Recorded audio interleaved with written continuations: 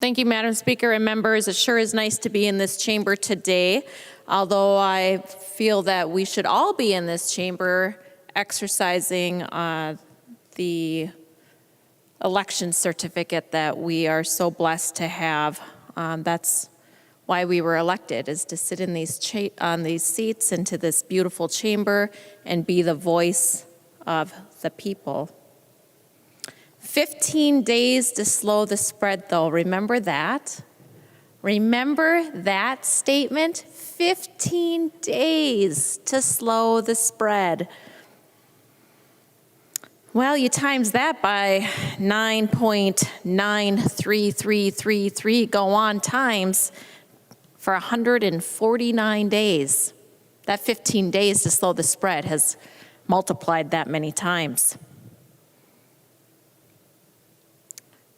I feel that we are being held hostage by our governor and by the Democrats who refuse to vote to remove those emergency powers from him.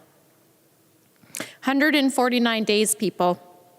In 33 more days, that will be half of the year. Half of the year that one man has been holding these executive powers. Bloomberg.com's today headline, it read, "Small businesses are dying by the thousands, and no one is tracking the carnage." If you aren't following COVID clarity on Twitter, it's a shame. There's some real facts being tweeted that each and every one of you should be paying attention to. Yesterday, the account tweeted, "Now, after 1 million tests on tracking 60,000 infected people, we have plenty of data to assess the risk in Minnesota based on the CDC estimate of 10 to 1 actual cases to detected cases.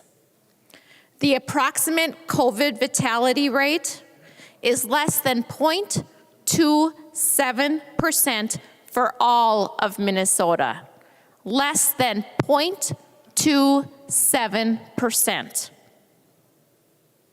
And if you factor outside of long-term care, it's less than 0.07%. Let me say that again. The approximate COVID fatality rate is less than 0.27% for all of Minnesota. Less than 0.07% outside long-term care. Unbelievable. There are no bodies in the mega morgue. There's no bodies rotting in the streets. There is no emergency, people.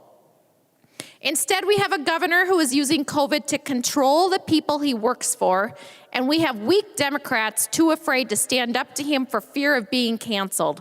It's disgusting. Our Constitution is being trampled on.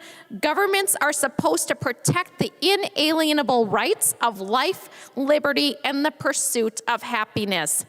Instead, some people are taking their own lives because their livelihoods have been taken from them, and the stress from it all is all becoming too much.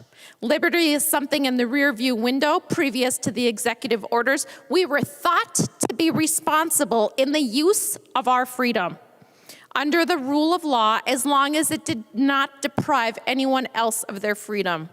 Now government is deciding who is responsible and who is not. And if someone or some group steps out of line and exercises their liberty, Keith Ellison punishes them with fines and lawsuits. How disgusting is that?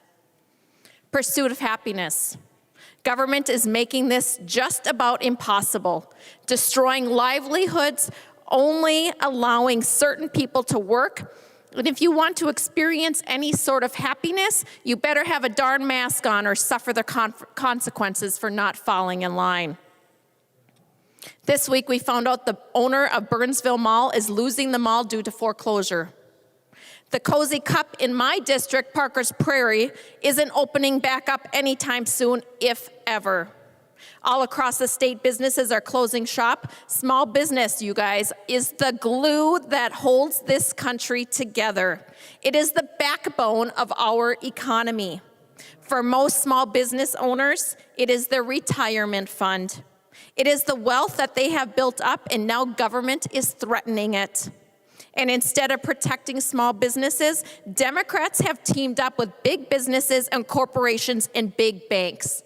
They do not care about the little people. They do not care about the small business. They do not care about the economy of our country and our state. But you know who it seems like they care about? Shooters and looters and rapists. Oh my. Crime in this state is out of control, and they are more concerned about people wearing masks, unapproved rodeos, Sturgis bikers, and making sure people aren't having fun at bars and restaurants. You know why? Because the virus really loves to hang out at bars and restaurants, I suppose. So the next thing that Governor Dayton most likely will be doing is closing down the bars and restaurants because, oh, that's where the virus hangs out. Yes, my friends, crime is out of control in this state, specifically Minneapolis. Perhaps tweeting about wearing masks and socially distancing doesn't leave time for the Democrats to know what crime is going on. Just last week, the mayor of Alexandria, her son, was in the Twin Cities. His car was hijacked at gunpoint by kids. 3 of the kids that were arrested, 12 and 13 years old, gunpoint. Can you even believe it? The real crisis is the killing, the stabbing, the shooting, the raping, the looting, and on and on and on. That is the crisis of our state. Minneapolis right now is leading the nation in murder. Not COVID deaths, murder.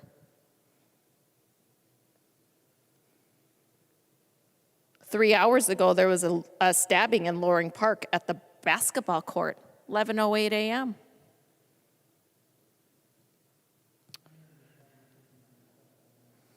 You guys should follow this account.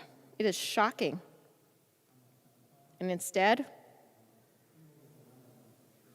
2 hours ago, a report of another stabbing on 101 West Grant at a gas station.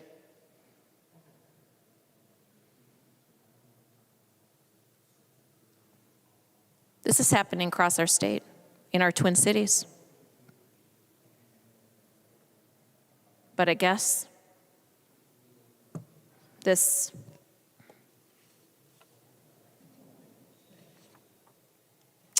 isn't important because we got to make sure people are wearing their masks. We've got to make sure that the virus isn't having any fun at the bars and restaurants. We got to make sure that kids aren't playing tennis at the tennis courts because that's where the virus also likes to hang out. Got to make sure that those kids conform in school by wearing masks, socially distancing, not trusting each other, not building friendships, having their entire childhood changed for a new social experiment. Yes, my friends, there is a crisis, but it isn't COVID. It's the crime that is running through the state of Minnesota. I hope you all feel better about yourself. Thank you.